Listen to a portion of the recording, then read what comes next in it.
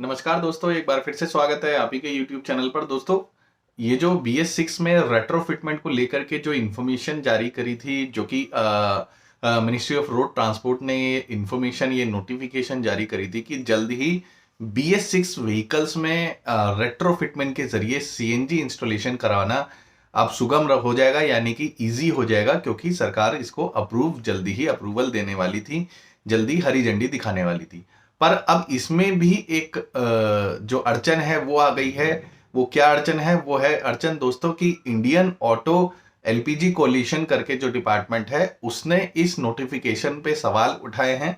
यानी कि इसको एक तरीके से सवालों के घेरे में खड़ा किया है कि ये चीजें गलत हैं। यानी कि जो रोड ट्रांसपोर्ट ने ये इंफॉर्मेशन दी है उसमें मतलब काफी चीजें गलत पाई गई हैं। काफी चीजें ये बताया है कि ये जो अप्रूवल दिया जा रहा है ये खिलवाड़ है लोगों की लाइफ से।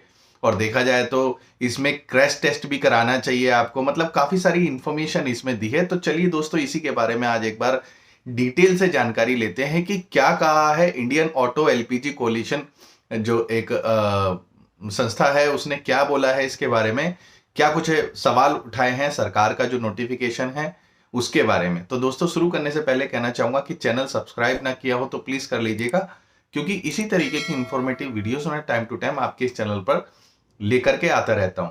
तो शुरू कर लेते हैं। तो दोस्तों, IAC ने कहा है कि मंत्रालय की ओर से जो एक नोटिफिकेशन जारी हुआ है उसके अनुसार BS6 व्हीकल्स में LPG और CNG के बदलने से दुर्घटना टेस्ट और सेवा में अनुरूपता का होना बहुत ज्यादा जरूरी है।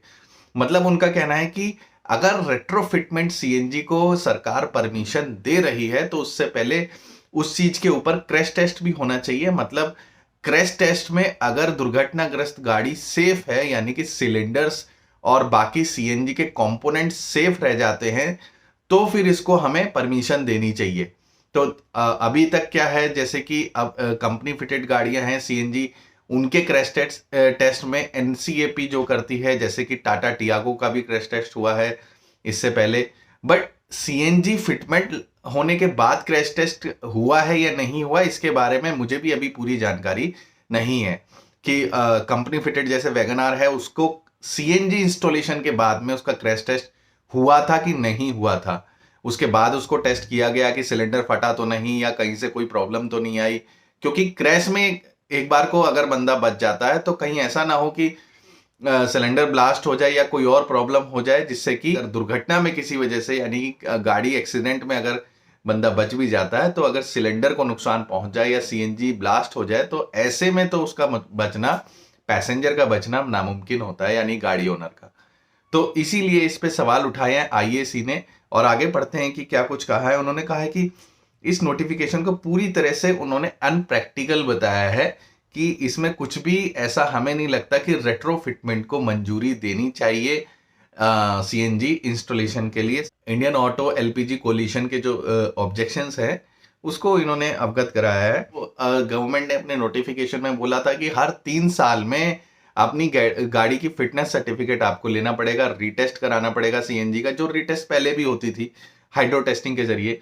बट एक फिटनेस सर्टिफिकेट भी आपको हर 3 साल में लेना पड़ेगा अपनी गाड़ी के लिए, अगर CNG इंस्टॉल आप कराते हैं तो इसके अलावा जो क्रैश टेस्ट है उसको भी अनिवार्य किया जाना चाहिए कि क्रैश टेस्ट हो। अगर CNG इंस्टॉलेशन जिन भी गाड़ियों में हो रहा है तो एक क्रैश टेस्ट होना चाहिए। अब वो किस तरीके से क्रैश टेस्ट होगा, वो CNG कंपनीज करेंगी इस क्रैश टेस्ट को, या फिर किस तरीके से होगा, मेरे को तो अभी नहीं इस बारे में क्लैरिफाई हो पा रहा है कि वो क्रैश टेस्ट किस होगा। जैसे मैं अपनी BS6 गाड़ी रेट्रोफिटमेंट के पास लेके जाता हूं, तो अब वो क्रैश टेस्ट किस तरीके से करेंगी, या फिर हो सकता है जैसे BRC, लोवेटो या 50 तरह की जो CNG किट्स हैं, वो पहले अपनी गाड़ियों में मतलब एक डेमो दिखा करके कि भाई हमने इन गाड़ियों में अपनी CNG किट इंस्टॉल करी और उसके बाद उसका क्रैश टेस्ट किया गया, और उसके बाद क्रैश में कहीं भी हमारी गाड़ी में या फिर हमारी जो बनाई हुई CNG किट थी उसमें किसी तरीके का कोई फॉल्ट निकला या सिलेंडर ब्लास्ट हो या कुछ भी ऐसा कुछ हो सकता है कि क्रैश टेस्ट में पास हो गई हमारी CNG किट्स को हो सकता है कि क्रैश टेस्ट का सर्टिफिकेट लेना पड़े, या फिर सिलेंडर को क्रैश टेस्ट का सर्टिफिकेट लेना पड़े। क्या कुछ है इसमें तो आगे जब ये पूरी तरीके से अप्रूव होगा तब पता चलेगा। पर अप्रूवल मिलने से पहले ही 50 तरह की अड़चने आ रही हैं और इसको ऑब्जेक्शन कर रहे हैं कि ये गलत है, ऐसा नहीं होना चाहिए। साथ ही इसमें यह भी कहा गया है कि जो आईएसी ने बोला है कि इसमें मतलब सरकार का जो एक गोल है, यानी कि एक ऑब्जेक्टिव है ग्रीन फ्यूल को लेकर के या फिर एक ग्रीन एनवायरनमेंट को लेकर के, वो भी इससे प्रभावित होता है। प्रभावित इसलिए होता है कि लोग ज्यादा से ज्यादा जब मतलब इनका जो पर्सपेक्टिव है, मुझे ऐसा लगता है कि ये जो कह रहे हैं कि मतलब जो गवर्नमेंट का ग्रीन एनवायरमेंटल का जो प्रोजेक्ट है या फिर जो उद्देश्य है वो प्रभावित होता है। तो वो प्रभावित इसलिए होता है कि जब ज्यादा से ज्यादा सीएनजी कार्स आएंगी तो ज्यादा से ज्यादा फिटमेंट होगा, यानी कि आफ्टर मार्केट भी अगर अप्रूवल मिलता है तो ज्यादा से ज्यादा फिटमेंट बढ़ेगा। उससे क्या है कि ज्यादा से ज्यादा सड़कों पे गाड़ियां चलनी शुरू हो जाएंगी। अभी तो क्या है कि एक मिडिल क्लास फैमिली है, जैसे किसी ने इंस्टॉलेशन नहीं करा के रखा तो अवॉइड करते हैं, जैसे दिल्ली जैसी सिटी में या एनसीआर में, कि भाई बाइक प्रेफर कर लेते हैं या फिर मेट्रो प्रेफर कर लेते हैं। तो ऐसे में अगर वो सीएनजी इंस्टॉलेशन कराते हैं आप या हम, तो सोचते हैं कि जब सीएनजी है अपनी गाड़ी में और इतना मतलब कॉस्ट वही पड़ जाता है जो एक मेट्रो का पड़ रहा है, तो ऐसे में गाड़ी ज्यादा निकलती है, गाड़ी ज्यादा चलती है। तो इससे क्या होता है कि इन्वायरमेंट पे फर्क तो पड़ता ही है। बट जहां तक मेरा ख्याल है कि सीएनजी का तो उतना इन्वायरमेंटल पॉल्यूशन इतना ज्यादा नहीं होता है जितना हम कंपेयर करें पेट्रोल और डीजल से। और ये एक कहा जाए तो एक जब कोई गाड़ी कोई व्हीकल खरीद रहा है तो उसका एक राइट भी बनता है कि उसको आफ्टर मार्केट की भी फैसिलिटी मिलनी चाहिए, और कंपनी फिटेड तो है ही। क्योंकि अगर अगर मार्केट में ये सीएनजी किट्स बिक रही हैं, यानी कि अगर मार्केट में रेट्रोफिटमेंट सीएनजी किट अवेलेबल हैं, तो या तो आप उनको भी ब्लॉक कराइए, उनको भी बैन करिए इंडिया में, कि सीएनजी किट जो आफ्टर मार्केट पूरी तरीके से ब्लॉक्ड है, पूरी तरीके से बैन है। वो चाहे फिर BS4 हो, BS3 हो या BS6 हो। अब आप एक कस्टमर बेस को टारगेट नहीं करके चल सकते कि BS6 के में ही आप सीएनजी इंस्टॉल नहीं कर सकते, आगे BS7 आएगा या जो भी वर्जन इसका आएगा उसमें भी इंस्टॉल नहीं करा सकते, कंपनी फिटेड आप ले सकते हो। तो ये तो एक तरीके से इशारा ये करती हैं चीजें कि मतलब कंपनी फिटेड आप लीजिए, उस पर ज्यादा जोर डाला जा रहा है। हालांकि सेफ्टी कंसर्न एक छोटा सा रहता है, बट आजकल की सीएनजी किट्स इतनी ज्यादा एडवांस हो गई हैं कि आपको टेंशन लेने की जरूरत ही नहीं होती है। बात करें हम सिलेंडर की, तो सिलेंडर पहले ही से अप्रूवल, गवर्नमेंट का अप्रूवल मिलकर के आता है, यानी कि उसके साथ पहले ही से एक सर्टिफिकेट आता है, उसके बगैर आपकी सीएनजी किट आरटीओ से पास ही नहीं होती है। तो सिलेंडर की भी कोई टेंशन ऐसी लेने की बात नहीं है। बट फिर भी कुछ ऐसे ऑर्गेनाइजेशन है, ऐसी संस्थाएं हैं, ऐसे डिपार्टमेंट्स हैं जो कुछ ना कुछ इसमें प्रॉब्लम क्रिएट कर रहे हैं। साथ ही साथ ये भी इसमें कहा जा रहा है कि हर 3 साल बाद जो सरकार ने कह दिया है इसको रिन्यू कराना पड़ेगा, फिटनेस टेस्ट कराना पड़ेगा, या जो भी टेस्ट सीएनजी लगवाने के बाद आपको करवाना पड़ेगा आगे चल के, उसमें भी लगभग 10 करोड़ रुपए की लागत आएगी रेट्रोफिटमेंट को की तरफ से, जो ये फिटमेंट कराएंगे अपनी गाड़ियों में। तो वो भी एक एक्सपेंसेस बढ़ जाएंगे कहीं ना कहीं।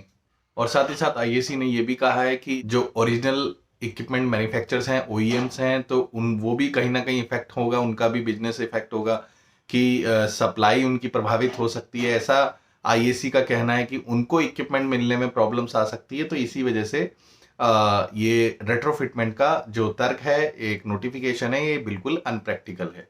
अभी तक तो क्या होता है कि LXI मॉडल में आ रही है सीएनजी किट या VXI में आ रही है। अब मेरे को अगर ZXI मॉडल किसी गाड़ी का पसंद है या मेरे को कोई सेडान कार पसंद है, बट उसमें कंपनी फिटेड नहीं देती है सीएनजी, तो मैं उसको बाहर से लगवा सकता हूं अगर अप्रूवल मिल जाता है तो इसमें कहीं ना कहीं उनका एक सेल प्रभावित होती है, क्योंकि अगर कंपनी फिटेड होगी तो बंदा कंपनी फिटेड पे ज्यादा प्रेफर करेंगे।